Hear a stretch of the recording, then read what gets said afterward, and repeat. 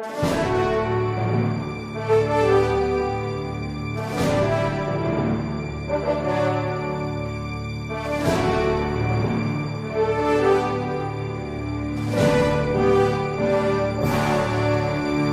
nome do Pai, e do Filho, e do Espírito Santo. Amém.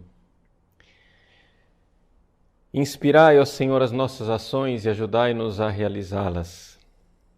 Para que em vós comece e para vós termine tudo aquilo que fizermos, por Cristo, Senhor nosso.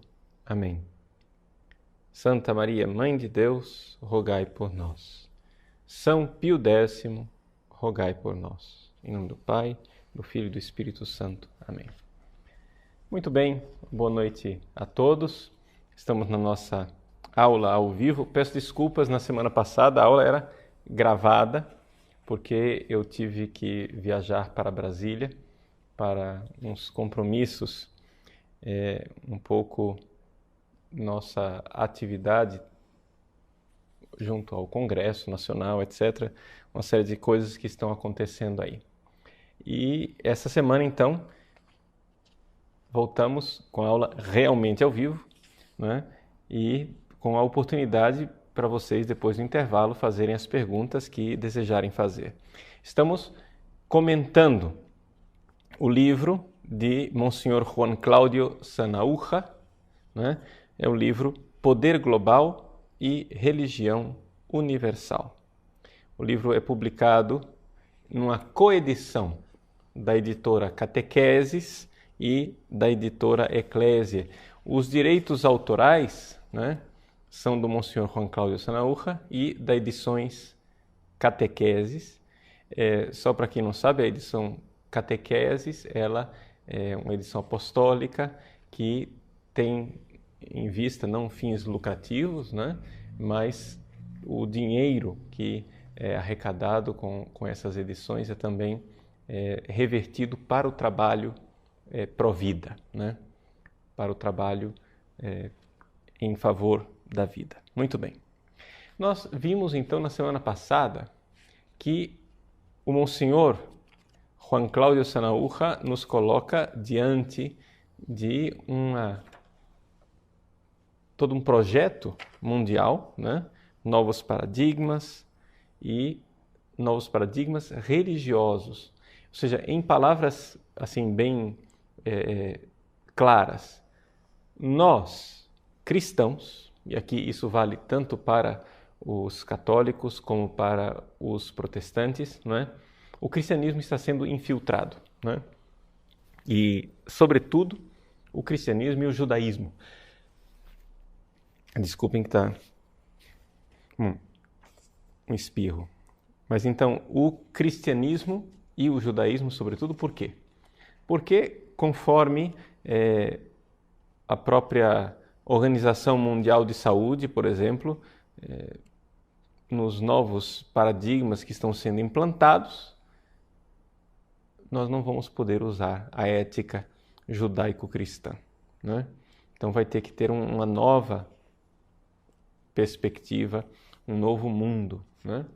E assim, nós vemos que existe uma realidade de implantação de uma nova ordem mundial e dentro desse projeto de implantação de uma nova ordem mundial existe um projeto de infiltração do cristianismo, fazer o cristianismo se tornar aquilo que ele não é, não é? Então, muitas vezes, os nossos padres, pastores, que são assim modernos, em sintonia com o mundo moderno, etc. e tal, que ensinam, não é, aos seus fiéis toda uma visão crítica da realidade, na verdade estão servindo a um projeto internacional, né, de nova ordem mundial. Estão servindo a gente poderosa e não estão sendo nada críticos. Então vamos, nessa aula de hoje, uma vez que apresentamos um pouco o cenário, né, você teve tempo de adquirir o livro. Se ainda não adquiriu, aconselho a adquirir o livro e estudar, porque assim, nós estamos vendo que o livro foi fruto de uma longa pesquisa, muitos anos de estudo de Monsenhor Juan Cláudio. Então, Monsenhor Sanahúja nos dá, nos brinda com o fruto do seu estudo. Então nós podemos ver que não é uma teoria da conspiração, a coisa é muito, muito, muito documentada. Cada página tem 3, 4 notas, né, de rodapé, colocando onde é que está a documentação, de onde vem essas citações, ok?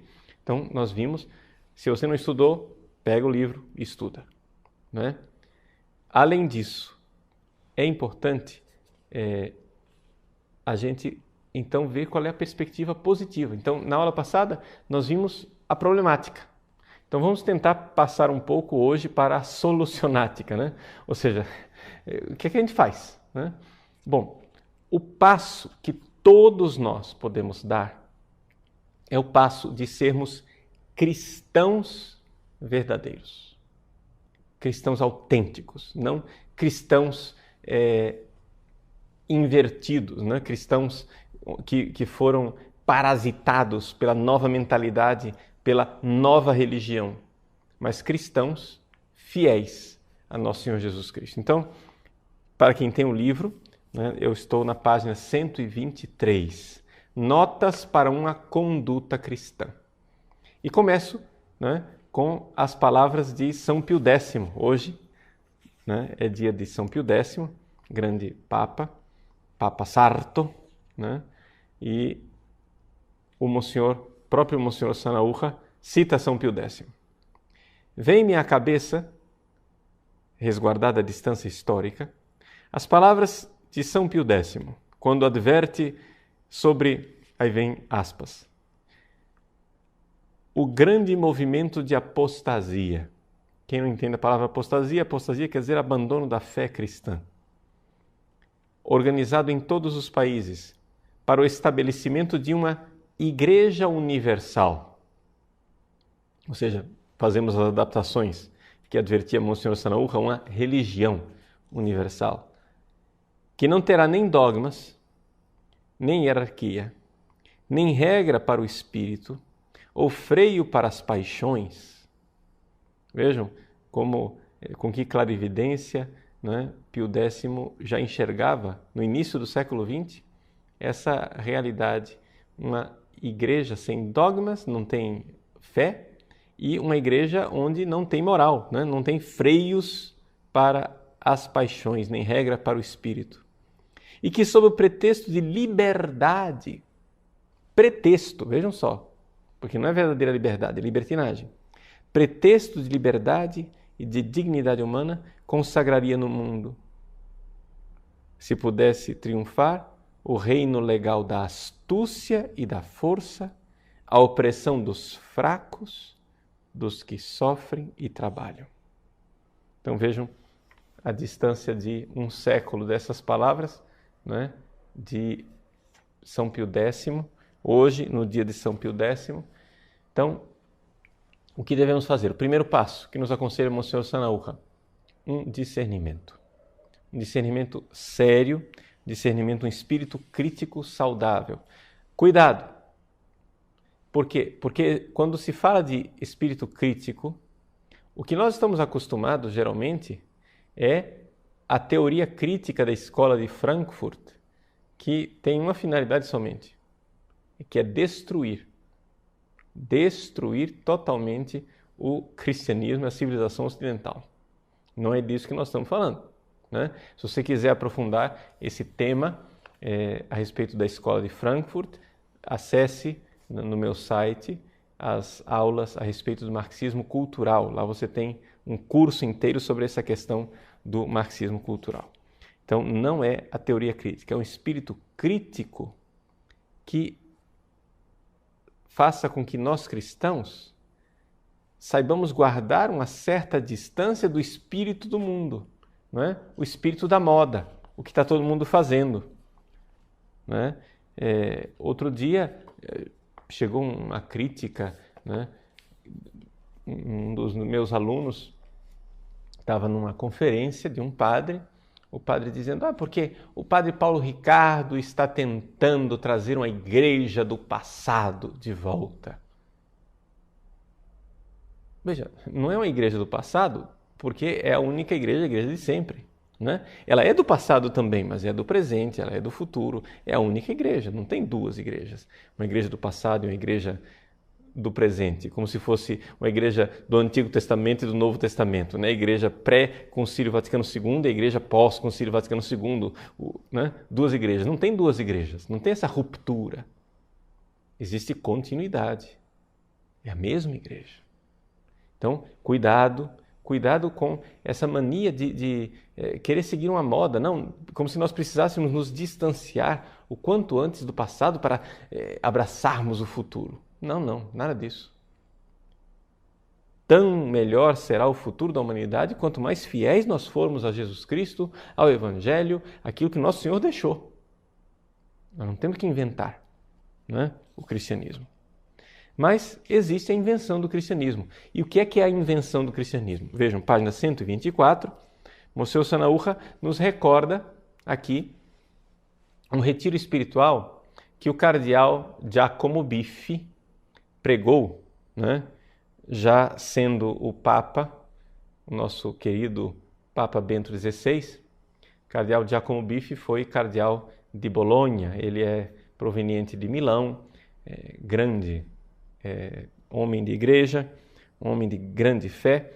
Eu até acharia interessante, não é, que os livros do cardeal Biffi fossem mais traduzidos para o português, né? Aqui nós temos As Coisas de Cima, As Coisas do Alto, exercícios espirituais pregados em 2007 na presença de Sua Santidade Bento XVI. Então, o cardeal Biffi nos fala, né, de Vladimir Soloviev.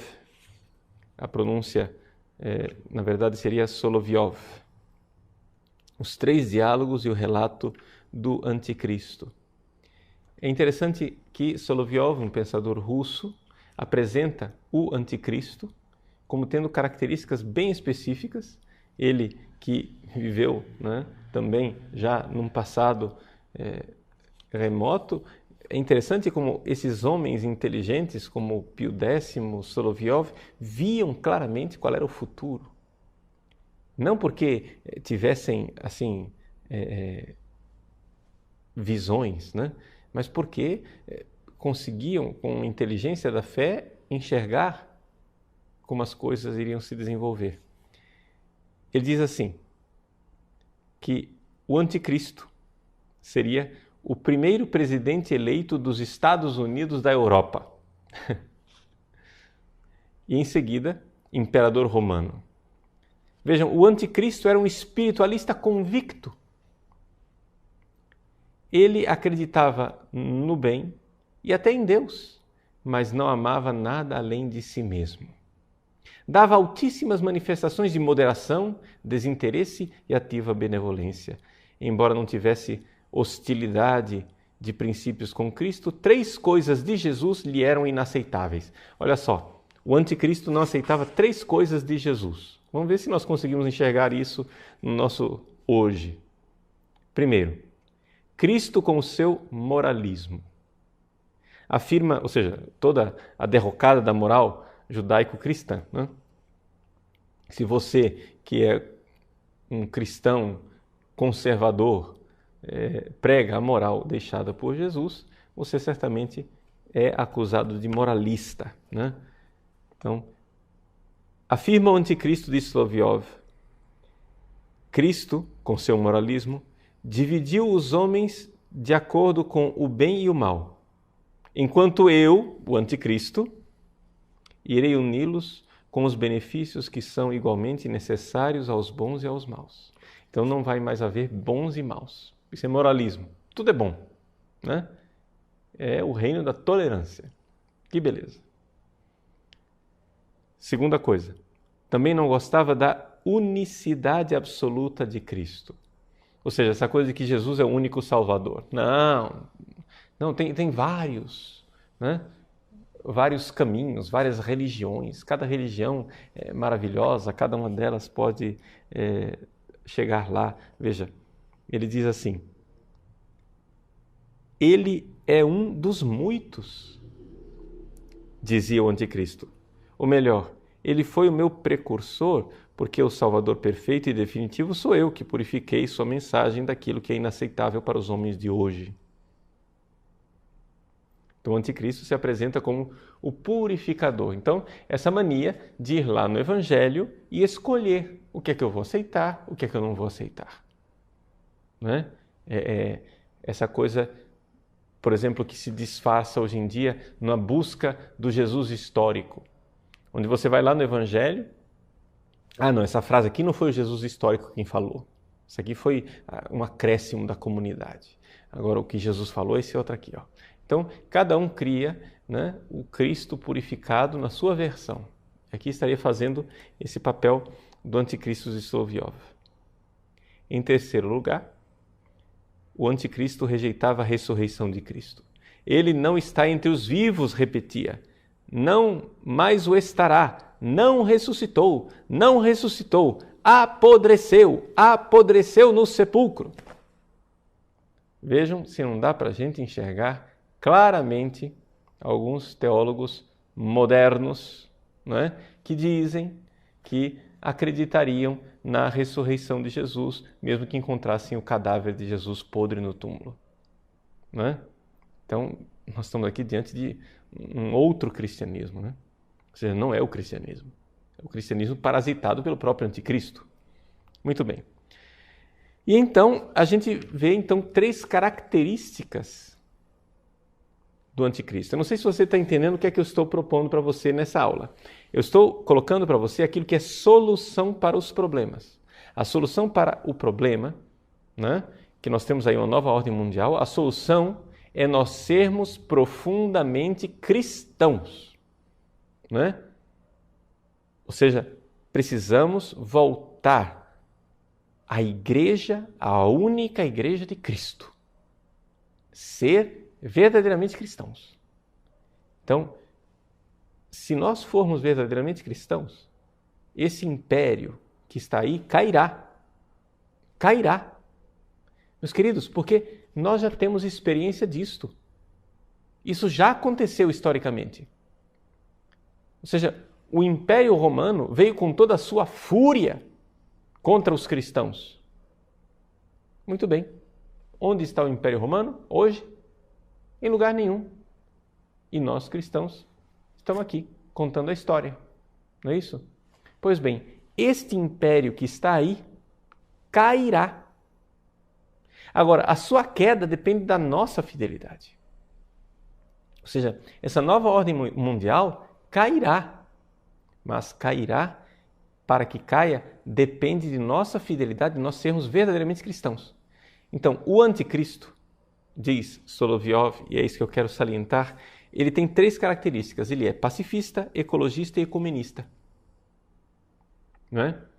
Portanto, se nós queremos ser verdadeiramente cristãos e não seguidores deste anticristo, precisamos ter cautela com relação a certo pacifismos. Nós cristãos, nós somos a favor da paz, mas não somos pacifistas, dizia Paulo VI.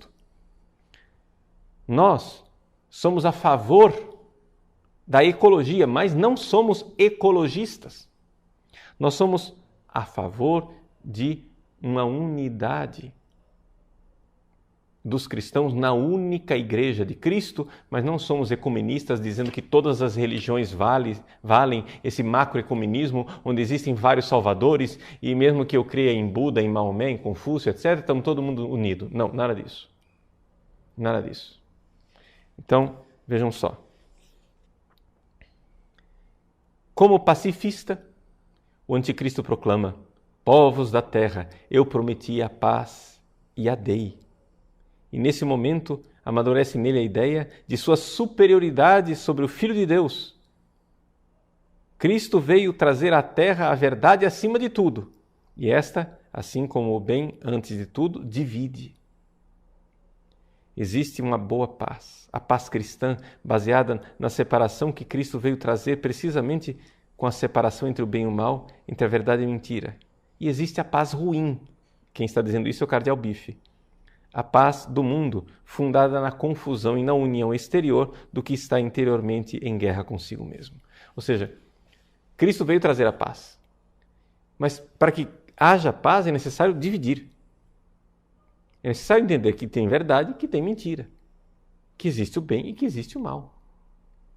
Agora, a paz que o mundo propõe, eu vos deixo a paz, eu vos dou a minha paz, eu não vou lá dou como dá o mundo. Qual é a paz que o mundo dá? A paz que o mundo dá é uma paz da confusão, onde tudo vale. É a mixórdia, tudo misturado. Não é isso. Esse pacifismo nós não aceitamos. Não é? Muito bem. O anticristo será um ecologista. Né? O novo senhor do mundo, diz Solovyov, era, acima de tudo, um filantropo, cheio de compreensão, não só amigo dos homens, mas também dos animais. Pessoalmente, ele era vegetariano, proibiu a vivissecção, as sociedades protetoras dos animais foram fomentadas de todas as formas, etc, etc. Né? E o anticristo será ecumenista, diz Solovyov. Né? Ele diz assim, ele vai dialogar com palavras doces, sabedoria e eloquência. Promoverá a união com a dádiva e buscará o consenso por meio de concessões e de favores mais apreciados, demonstrando a todos o mesmo amor, a mesma solicitude para satisfazer a verdadeira aspiração de cada um. É um ecumenismo, diz o cardeal Biffe, exterior e quantitativo, que vai funcionar quase perfeitamente. As massas de cristãos entrarão no seu jogo. Não é? Então vejam, meus irmãos, aqui nós vemos essas características onde se apresenta a paz entre as religiões. Então, tudo vale. Mas qual é o preço desse tudo vale? É rejeitarmos Jesus Cristo como único Salvador. Então, aqui, muito claramente, se nós queremos nos opor a esta nova ordem mundial, nós precisamos então ser verdadeiramente cristãos. Né? Uma terceira coisa, então, primeiro, um discernimento. Segundo, cautela diante das propostas do anticristo. Terceiro ponto, colocado pelo Monsenhor Sanaúja, na página 129, de quem está com o livro, é a valorização e a defesa de uma ordem natural. Não é? Então, aqui é uma questão da igreja que compreende que existe algo que é o plano de Deus para a criação. Então, Deus criou, né, uma realidade que nós, seres humanos, temos que obedecer. Então, veja só, ele diz assim, que o Papa João Paulo II, no ano 2000, ele dirigiu-se à Academia para a Vida, no 5º aniversário da encíclica Evangelium Vitae. E ele advertia que o conteúdo da encíclica Evangelium Vitae estão enraizados em Jesus, mas que tem uma validade, porque também está dentro daquilo que é a ordem da criação. Né? Então, o Monsenhor Sanaúja diz assim, quase 10 anos depois dessa intervenção de João Paulo II, os ultrajes à família, à vida humana, pioraram, mas também devemos reconhecer que, em meio a uma grande confusão, aumentou a consciência e cresceu a resistência à cultura da morte. Então, nós precisamos, como cristãos, nos opor à cultura da morte. Precisamos acordar. Por exemplo, o nosso país. Nosso país está aí com um projeto de Código Penal que é o PNDH, o Plano Nacional de Direitos Humanos, em forma de Código Penal. Ou seja, tudo aquilo que nós há anos atrás denunciávamos a respeito do Plano Nacional de Direitos Humanos está no Código Penal, no projeto de Código Penal. Então, lá nós temos o gaysismo, nós temos o abortismo, nós temos a eutanásia, a legalização das drogas, né? E todo tipo de infâmia. Né? Não existe mais atentado ao pudor e assim por diante. São várias coisas inaceitáveis nesse projeto de Código Penal, né? Que é alardeado como o Código Penal da tolerância, o Código Penal que vai colocar o Brasil, né, decididamente na frente dos outros países, que beleza, o Código Penal né, que vai trazer progresso para a nossa nação, na realidade é um Código Penal ditatorial terrível, porque impõe à nossa população aquilo que são valores de uma pequena elite global.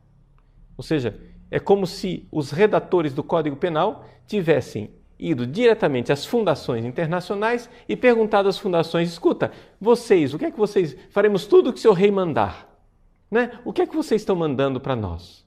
Vocês peguem aquilo que são os projetos das grandes fundações e está tudo no nosso Código Penal. Muito bem. Nós, cristãos, sobretudo nesta questão da vida, devemos nos opor. Aqui, a questão do aborto, a questão da eutanásia, né? Da lei da mordaça gay, que está dentro do Código Penal. Não precisa mais de lei da mordaça gay. Para quê, se está tudo dentro do Código Penal? Então, é o Plano Nacional de Direitos Humanos todinho dentro do Código Penal, né? Então, aqui nós colocamos, esse é o número 4, a questão dos princípios não negociáveis. O Papa Bento XVI nos recorda que existem princípios que a Igreja Católica jamais irá negociar. Respeito à vida humana, da sua concepção até sua morte natural. Nós não vamos negociar isso. Que a família seja constituída pela união estável e indissolúvel de um homem e de uma mulher. Nós não vamos negociar isso. E a educação dos nossos filhos realizada pelos pais e não pelo Estado. Nós também não vamos negociar isso. Então, esses princípios não negociáveis, eles estão baseados não na revelação cristã, né? Mas estão na própria natureza da realidade, são algo que vem da moral, né? De uma moral que pode ser reconhecida por qualquer pessoa, mesmo que não tenha fé cristã. Estes princípios nós não iremos negociar, né? Então, o Monsenhor Sanaúja coloca aqui umas notas muito claras da Congregação para a Doutrina da Fé a esse respeito, aconselho vocês a lerem, né? Número 5, como solução para os problemas, Monsenhor Sanaúja diz: temos o dever de nos opor. Portanto, leigos, né? Vamos despertar, nós temos que nos opor. Primeira coisa que deve fazer, se conscientizar do problema. Então estude, né? Estude, compre o livro, né? Tirar da nossa cabeça, número 6, esse conceito de falsa inevitabilidade. Está cheio de gente assim, né? Outro dia eu estive no Senado para falar com leigos católicos ali, de boa vontade, gente catolicíssima, que beleza, mas eles têm um fatalismo, um entreguismo. Não, é inevitável, vai passar, vai ser aprovado, não adianta a gente se opor. Não, gente, não é assim. Isso não é um negócio inevitável. Não é inevitável. Os cristãos se opuseram ao Império Romano, o Império Romano caiu. Nós podemos nos opor. Agora, se ficarmos quietos, né? Se nós ficarmos de braços cruzados, se nós colocarmos uma lei da mordaça católica, aí não, né? Porque parece que está reinando no nosso meio, ao invés de reinar a mordaça gay na sociedade civil, né? É como se tivesse um cânon silencioso, que não está escrito em lugar nenhum, mas é a lei da mordaça católica, né? Ou seja, todos os católicos devem ficar quietinhos porque é inevitável. Eles estão no poder e nós não podemos fazer mais nada. Não, gente, não é assim.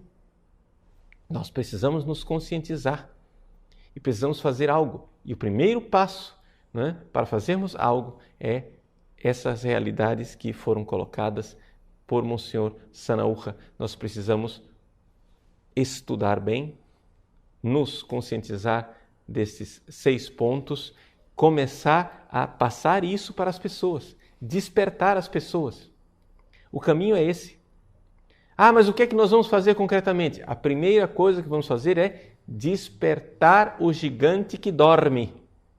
Então você precisa fazer o trabalhinho da formiguinha, de um por um, vai despertando os seus irmãos católicos, vai mostrando, olha, compra o livro do Monsenhor, mostra as coisas como elas são, né? Mande para os sites que estão aí denunciando e mostrando as coisas, faça um apostolado de ir conscientizando pessoas. E se você acorda uma pessoa, é uma pessoa a mais, né? Se cada um de nós acordar um, vamos ser o dobro. E aí vamos conseguir fazer algo. Vamos conseguir, né, deter esta realidade. Com a graça de Deus, evidente, porque não está tudo somente na nossa lógica humana. Se o Império Romano caiu, caiu por graça de nosso Senhor. Caiu por graça divina.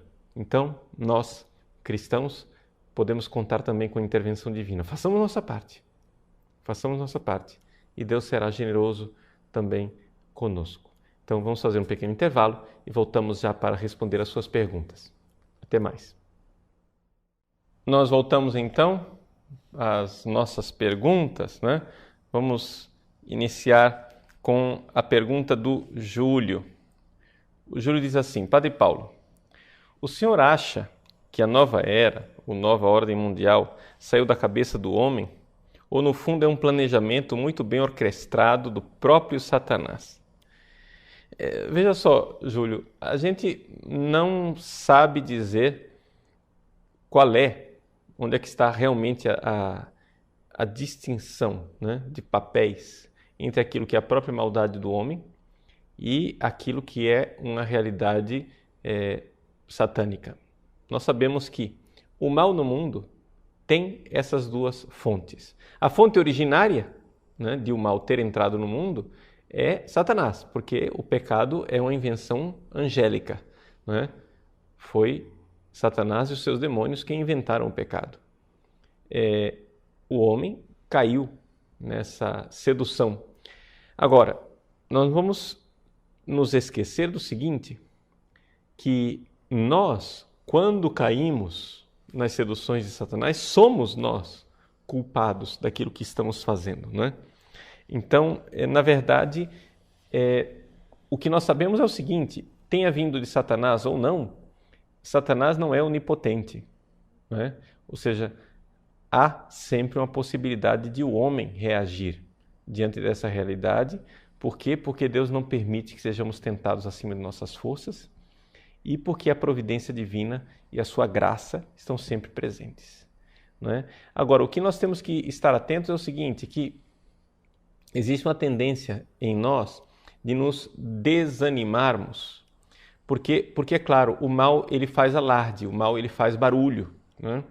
Existe uma tendência muito grande da maldade ser bastante visível e perceptível, enquanto o bem não. Ou seja, você nota muito mais uma doença no seu corpo do que o seu estado de saúde, né?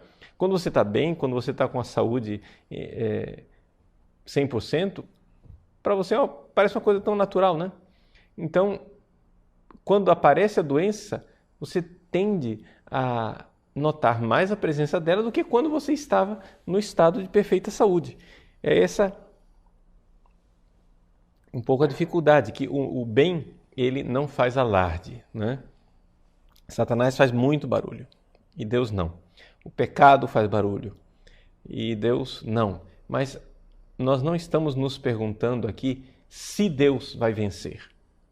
Nós sabemos que Ele vencerá, mas não sabemos, né, de que lado eu estarei quando Deus vencer. Aqui que está a grande pergunta. Clau Lima. Talvez uma forma comum de pensar seja, se isso faz parte do reino do anticristo, e isso já está previsto na Bíblia, então não adianta fazer nada porque acontecerá de qualquer jeito. Está certo? Não, né? Não está certo, como eu dizia. Ou seja, existe uma realidade que está em jogo, que é o meu destino. Não é que não adianta fazer nada. Deus vencerá. Quando Deus vencer, de que lado eu vou estar?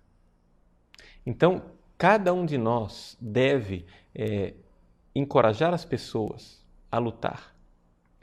Esta vitória não acontecerá pelas nossas forças. Veja, eu não creio num triunfalismo, não é? Eu não creio que o reino de Deus será implantado pelas nossas próprias forças. Não é isto. Eu creio que nós precisamos fazer nossa parte para estarmos prontos para o reino de Deus que virá. E virá como um dom de Deus. Quer nós estejamos agora, já no fim dos tempos, quer nós estejamos no fim dos tempos de forma mais ampla, ou seja, que a história da humanidade está no fim dos tempos já faz 2000 anos, quer no senso estrito, quer no senso amplo, não nos interessa. O que interessa é que são os fins dos nossos tempos, ou seja, eu morrerei. Portanto, eu deverei prestar contas a Deus do meu tempo, daquilo que eu fiz, né? Bombachim. Gostaria que o padre fizesse uma ligação entre a reengenharia social, como é apresentada no livro, e a sua relação e influência no que o Monsenhor chama de católicos dissidentes. Veja, esse catolicismo dissidente, ou seja, pessoas que insistem em se chamar de católicos, mas na verdade são apóstatas, não é?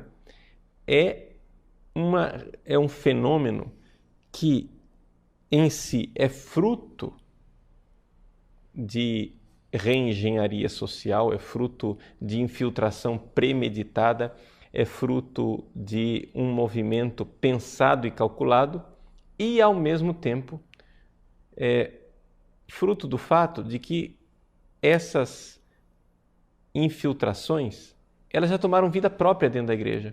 Então não é necessário mais infiltrar ninguém, né? Nós já estamos tão sabotados por dentro, ou seja, já temos dentro da igreja tanta gente que se apresenta como católico, mas na verdade são apóstatas católicos, ou seja, que deixaram a fé, que essa realidade, sim, faz parte da reengenharia, mas já criou também vida própria. Ou seja, antigamente eu tinha uma impressão de que esses novos poderes mundiais, alguma coisa assim, os poderes políticos e essas forças precisavam fazer uma pressão dentro da igreja. A gente vai amadurecendo e conhecendo e vê que, infelizmente, tem gente dentro da igreja que já obedece espontaneamente com um servilismo incrível.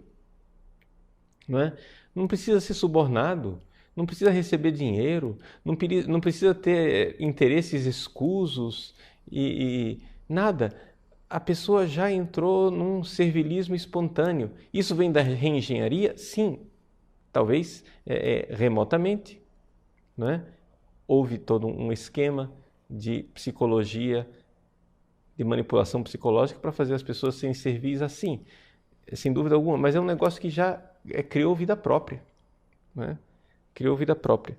Então, assim, existe, infelizmente, dentro da igreja e nós precisaríamos de antídoto, né?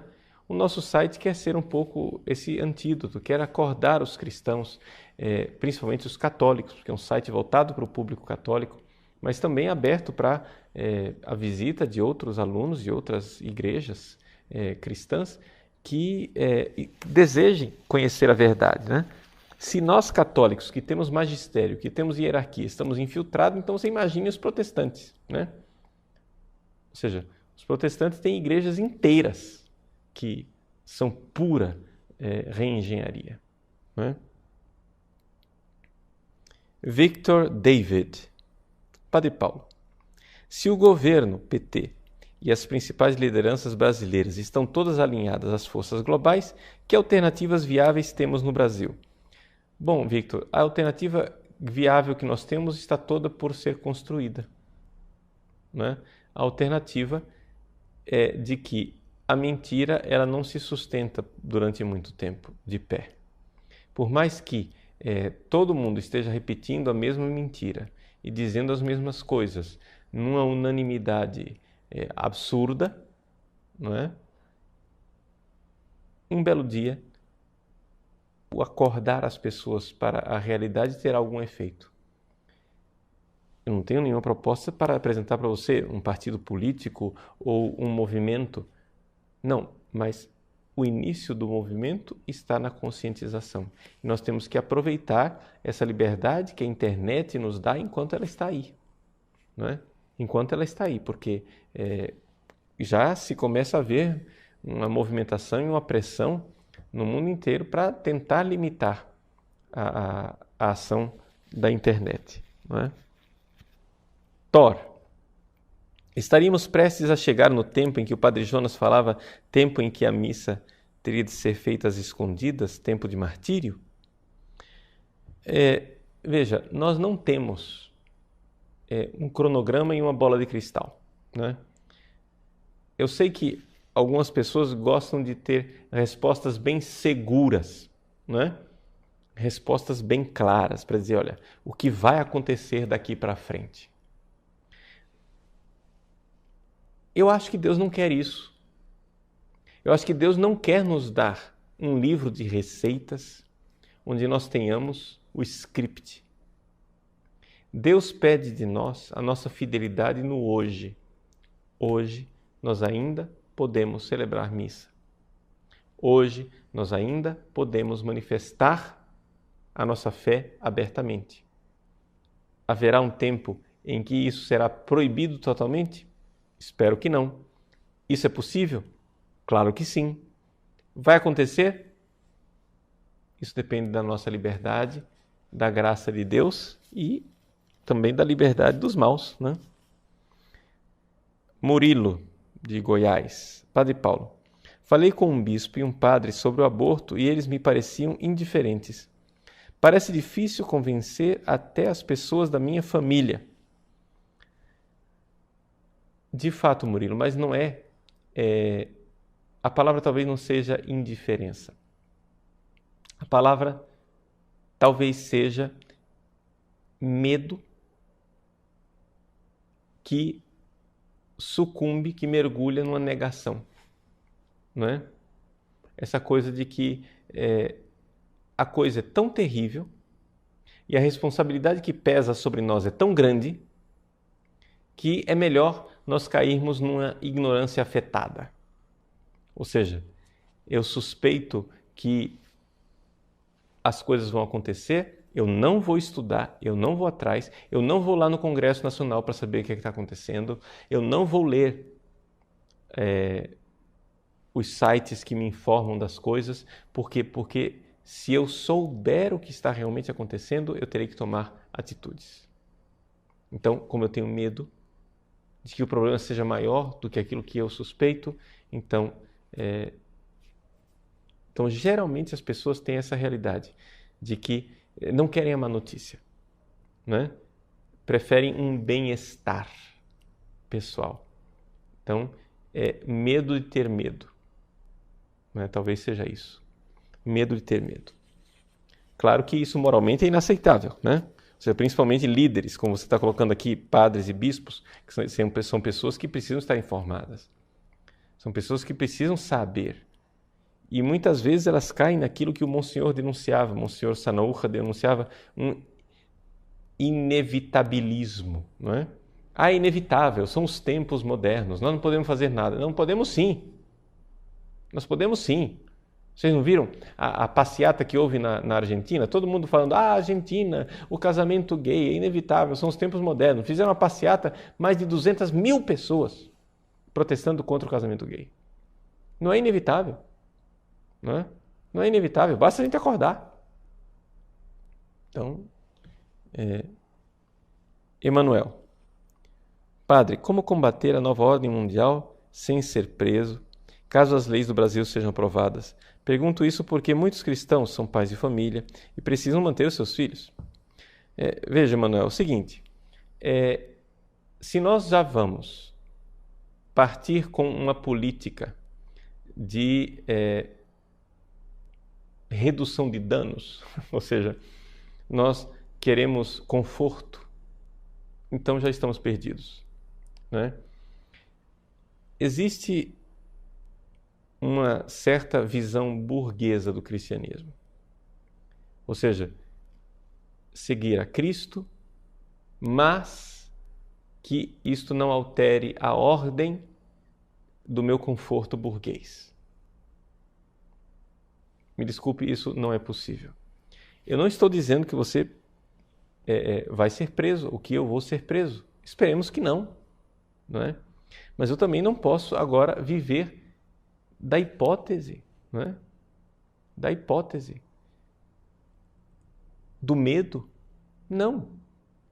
Porque que futuro nós estaremos dando aos nossos filhos quando os bons são pusilânimes e covardes? Quando somente os maus é que são ousados e não têm limites? Não é? Os maus não têm filho para criar? Eles não têm também algo a perder? Então, o que acontece é isso. O que nós temos, na verdade, não é uma espécie de falta de energia interior que manifeste o amor pelos nossos filhos num verdadeiro amor de pai que quer dar para os seus filhos um mundo um pouco melhor, um mundo que dê para viver, né? O que é que teriam pensado, teria acontecido com o mundo se os pais de família, durante a Segunda Guerra Mundial, tivessem ficado em casa, no conforto burguês de suas casas e não tivessem ido à guerra? Ora, milhões de soldados morreram nas trincheiras para defender a liberdade e a democracia da qual nós hoje gozamos. Lembrem-se que se Hitler tivesse vencido, não é? Se não tivesse havido uma reação clara dos Estados Unidos, da Inglaterra, né? Nós teríamos um mapa da Europa completamente alterado, uma situação que não gozaríamos das liberdades que hoje nós temos, não é? Que ainda estão aí. Então, a história do Ocidente teria sido alterada. Quando a gente vai à Europa e visita aqueles cemitérios de soldados da Segunda Guerra Mundial, você vê aquelas cruzes e aquelas datas de nascimento ali, meninos com 16 anos de idade, 17, 18, vidas inteiras que não foram vividas. Você fica se perguntando, mas será que ele não via o conforto de ficar em casa?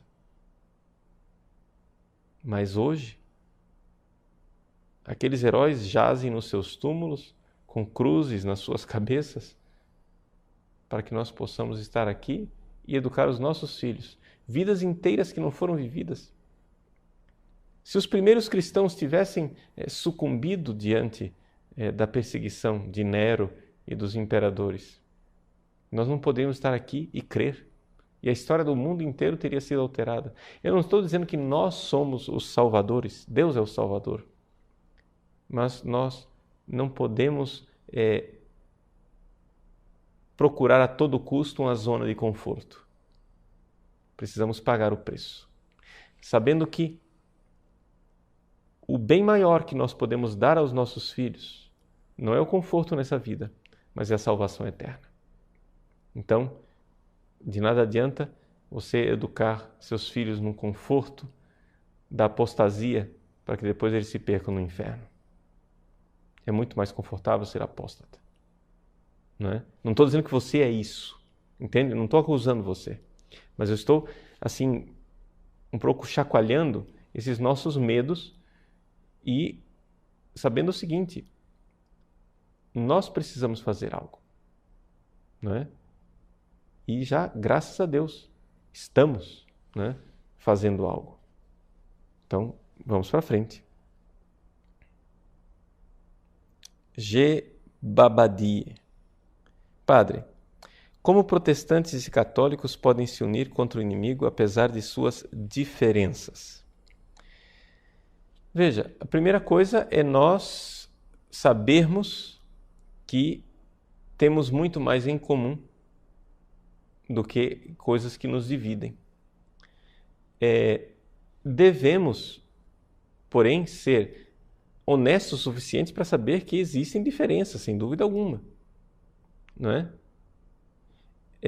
Não sei por que esta falsa hipocrisia, esse bom mocismo, agora que de repente algumas pessoas querem manifestar, como se nós, católicos e os protestantes, estivéssemos de acordo em matéria de religião. É evidente que não estamos de acordo em muitas coisas, só que acontece que existem muitíssimo mais coisas que estamos de acordo e precisamos nos unir contra estes que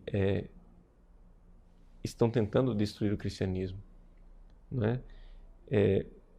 Existe uma ação muito clara, boa e bonita, não é? No Congresso Nacional, onde a gente vê católicos e protestantes concretamente pondo a mão na massa. Não é? Grupos católicos, por exemplo, agindo e vestindo a camisa junto com políticos evangélicos. Não é? Isso daí é uma realidade. Isso é uma união real. Então, isto pode ser feito, mas não na teoria. É importante que a gente comece a fazer isso na prática. Não é? Agora, é evidente que nos cultos evangélicos, dentro das igrejas evangélicas, eles vão continuar dizendo que nós católicos somos idólatras, etc. e tal, isso e aquilo. Tudo bem.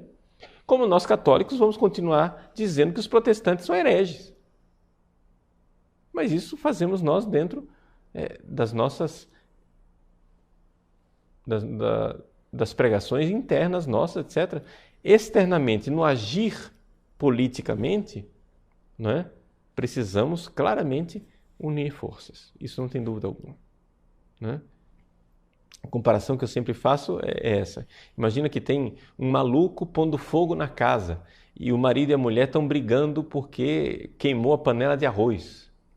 Né? Pô, depois você briga sobre arroz, vamos primeiro parar o maluco que está pondo fogo na casa. Né? Então depois a gente briga com as diferenças entre católico e protestante, mas por enquanto vamos salvar o cristianismo, né? Porque é isso que está sendo atacado. Ana, por que o Vaticano nunca faz nada de concreto dentro de tantos erros de padres que querem pregar uma nova igreja? Ana, veja, o Vaticano faz muita coisa concreta. Não é? O problema é o seguinte, é que talvez você tenha uma visão um pouco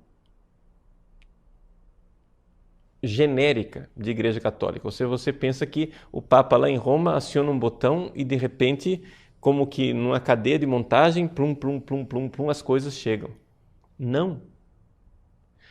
O Papa já fez muitíssimas coisas. Agora a gente precisa pôr na prática. Não é? Ou seja, o Papa Bento XVI, graças a Deus, ele descobriu uma forma disso fazer. Porque o que acontecia? Entre as orientações que o Papa dá e o fiel católico concreto na paróquia, né, parece que a distância era muito grande. Né? E a coisa vinha tão filtrada, que quando chegava na paróquia não chegava. Agora, com a internet, graças a Deus, nós temos meios de ter acesso direto ao que o Papa está dizendo. Então, nós aqui na internet, né, vamos acordando e despertando toda uma geração de católicos jovens, de padres jovens e seminaristas jovens que dizem, puxa vida, o que o Papa está dizendo é sério, é para ser vivido, é isso mesmo, vamos romper o silêncio. Vamos repetir o que o Papa está falando. Né? Quer dizer, o Papa tem lá um documento, vou dar um exemplo bem concreto. O Papa tem lá um documento que fala que políticos católicos não devem aprovar leis que sejam baseadas no engano de que o homossexualismo seja fonte de direitos. Portanto, toda essa história de casamento gay, compra ilimitada, é reprovado pelo Papa. É um documento assinado pelo cardeal Josef Ratzinger. Geralmente, Bento XVI está de acordo com aquilo que Josef Ratzinger assinou, né? A gente chega e diz isso. Lembra os documentos e coloca na mesa das pessoas esses documentos. Eu tenho vídeos sobre isso, alertando as posições do Vaticano a respeito disso. Pois bem, vamos acordar as pessoas para essa realidade. Se no meio você tem aí um atravessador, né, algum líder católico que diz, não, mas não dá, não, deixa quieto, não, isso daí é problema, etc, etc. Isso daí é o pessoal do deixa disso que está querendo, na verdade, dissolver, diluir, aguar, né, aquilo que o Papa está dizendo. Então, claro, graças a Deus hoje o Papa conseguiu, através da internet, né, uma ponte. Lá no Vaticano ele fala. A internet tornou-se uma grande ponte que passa por cima da cabeça de muitos atravessadores e chega no fiel concreto. E o fiel concreto pode então seguir aquilo que o Papa está falando. Por isso a internet é esse instrumento extraordinário que nós precisamos pôr em prática. Muito bem, vamos então encerrar por aqui, né? O nosso horário já chegou ao fim. Eu quero agradecer a vocês imensamente pela colaboração no nosso site. Continuem conosco, trabalhando juntos, né? Para que nós possamos levar a fé católica, e não somente a fé católica, também conhecimento sobre a realidade do que está acontecendo na nossa sociedade a tantas pessoas, né? Contamos com vocês para a divulgação do nosso site e também para aqueles que queiram se tornar nossos colaboradores, tá bom? Então, que Deus abençoe a cada um de vocês. Até a semana que vem, se Deus quiser. Vamos encerrar então com a bênção, pedindo a intercessão da Virgem Maria. Ave Maria, cheia de graça, o Senhor é convosco. Bendita sois vós entre as mulheres, bendito é o fruto do vosso ventre, Jesus. Santa Maria, Mãe de Deus, rogai por nós, pecadores, agora e na hora de nossa morte. Amém. Abençoe-vos o Deus Todo-Poderoso, Pai e Filho e Espírito Santo. Amém. Ide em paz. O Senhor vos acompanhe. Até semana que vem, se Deus quiser.